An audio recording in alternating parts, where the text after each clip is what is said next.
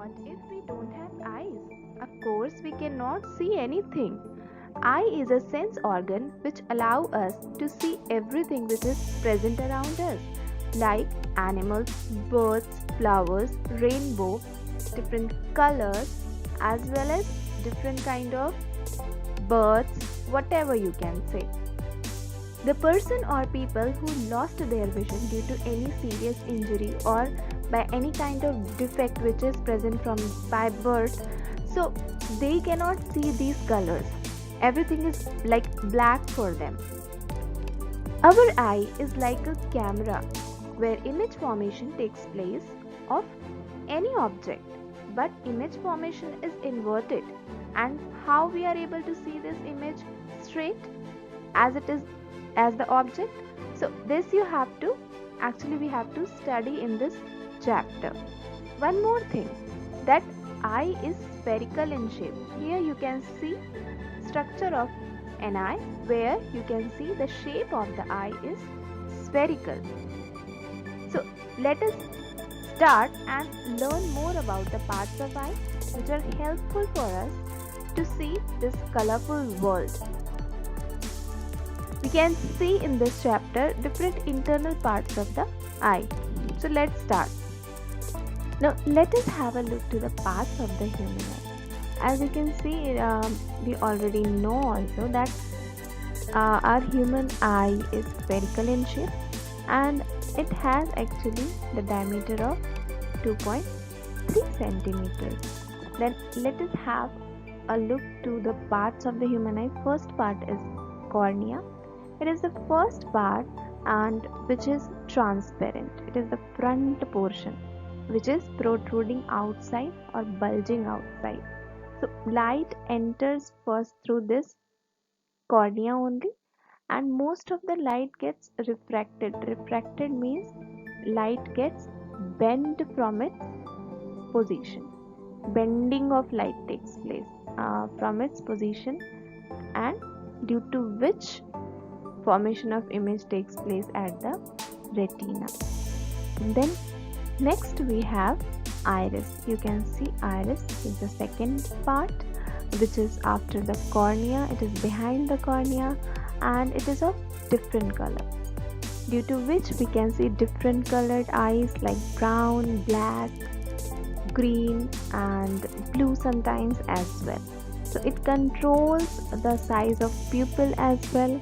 You can see pupil is this middle portion, and this pupil is actually black in color. It is a hole like structure and it controls the amount of light entering in the eye according to the brightness or darkness outside. Then we have lens. You can see this is your lens, blue colored.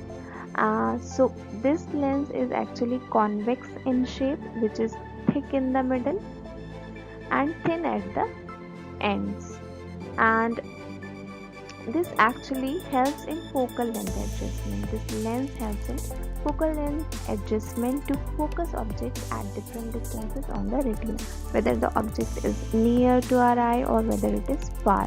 And it is made up of jelly like material, so it can contract also and it can elongate also. It is flexible. Then next we have suspensory ligaments. You can see here suspensory ligaments are present here and here. Suspensory ligaments are actually those which helps the eye lens by connecting it with ciliary muscles. Ciliary muscles are also present here. So ciliary muscles get attached with lens with the help of suspensory ligaments. So it helps in changing the shape of eye lens to focus different objects present at different distances. Then next we have ciliary muscles. As I have told you, ciliary muscles are present here and here. It changes the curvature of the lens, that is elongation or the contraction according to the dim or the bright light. So this power of accommodation we will learn in my upcoming video, next video. So you just have to remember that it helps in power of accommodation, that is contraction and elongation of the lens. Ciliary muscles are very much helpful. Along with it holds the lens as well. Next we have retina. Retina is here. Actually, this retina is like a screen. Like we have screen in our camera, similarly we have screen in our eye also, where image formation takes place. But image always forms in the means it is like always inverted, not erect. So the brain used to help us to see the image as erect image, while the image formation on the retina is always inverted. There are some light sensitive cells are also present, which are known as rods and cones. Cones which are very much sensitive to bright light, while um, rods are sensitive to the dim light, and these are present here on the retina only. Now let us take optic nerves, and optic nerves are actually here, you can see. So these optic nerves, optic means it is related with our eye, and it sends impulses to the brain. When light enters to our eye and image formation takes place, here inverted image formation takes place, then the signals are actually sent by these optic nerves to the brain.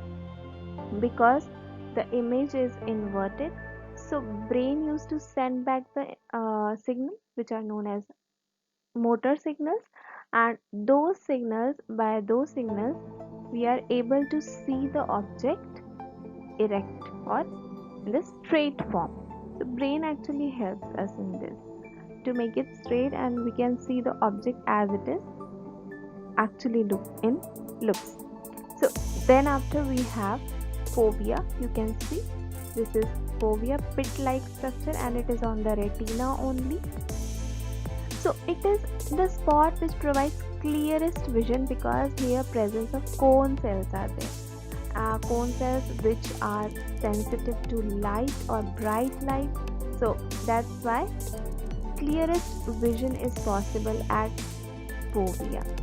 And like in the case of reading, driving, we want extra clearance. So that's clear vision. That's why we this fovea helps in that case. Then we have blind spot.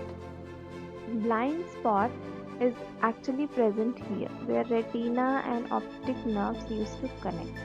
So here no kind of like vision is possible, because no sensitive light sensitive cells are present, so no vision is possible. Then after we have next aqueous humor. Aqueous humor is present here, anterior chamber or aqueous humor. You can see this pink color liquid. Aqueous means water, because maximum part is water, that's why it is known as aqueous humor. This pink color portion, this whole is your aqueous humor, and some amount of protein and vitamins are also present.